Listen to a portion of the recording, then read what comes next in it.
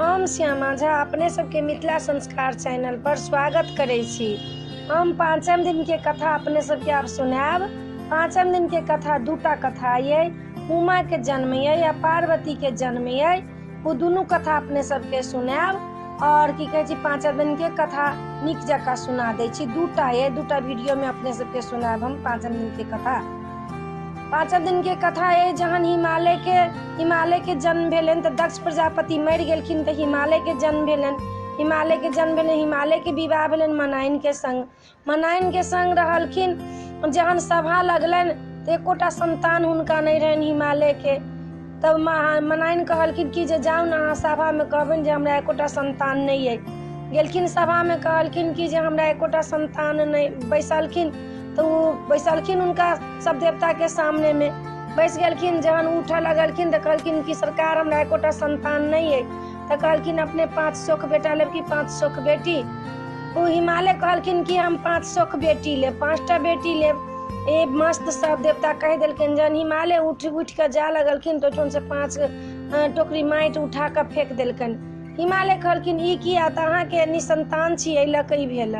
घर एलखिन मनाइन के कहलखिन जे हम 5 शोक बेटी मंगलहुँ हँ। कहलखिन ठीक छै, बहुत नीक अहाँ काज केलहुँ जे 5 शोक बेटी मंगलहुँ हँ। कैला बेटा जे होइ छै से बड़ उपद्री होइ छै, दोसर के चीज लऽ अबै छै, दोसर के वस्त्र लऽ अबै छै, पराग अबै छै, कहानी अबै छै, सब चीज अबै छै। हमर बेटी रहत तऽ घर भरि कऽ रहत। ठीक छै, 9 महीना भेलन उमा के जन्म भेलन।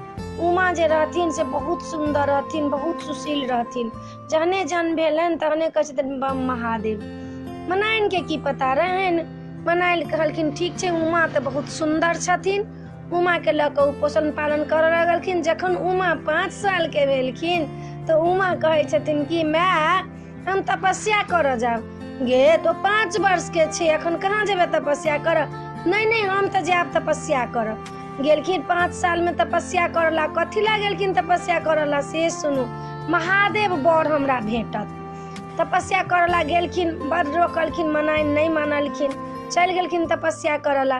तपस्या करैत करैत 3 वर्ष बीत गेलन। जहन 8 साल के भेलखिन तो हुनकर भक खुललनि कि हम तऽ महादेव ला तपस्या करै छलियै ना, हमरा तऽ महादेव भेटथिन। महादेव फेर एलखिन बुढ़बा बनि कऽ। हुनका पूछलखिन कि जे अहाँ की बर मंगै छी? तऽ हम महादेव के बर मंगै छी। तखने महादेव अपन भेष बदलि लेलखिन, उमा के संग विवाह कऽ लऽ कऽ चलि गेलखिन।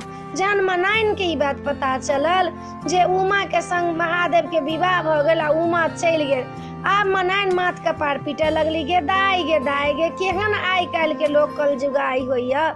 बताउ तऽ एते कष्ट से बेटी के जन्मेलहुँ, बेटा नहीं लेलहुँ आ से उमा चलि गेल बुढ़बा के संग। बुढ़बा महादेवा के की छै जे हमरे बेटी सब पर लागल छै। ई वीडियो में एतबे ये। दोसर वीडियो में अहाँ के हम सुनाब पार्वती के जन्म। 5म दिन के कथा दूटा ये, उमा के जन्म, पार्वती के जन्म। आ 5म दिन के कथा में उ हम सुनाब। ए वीडियो में एतबे ये।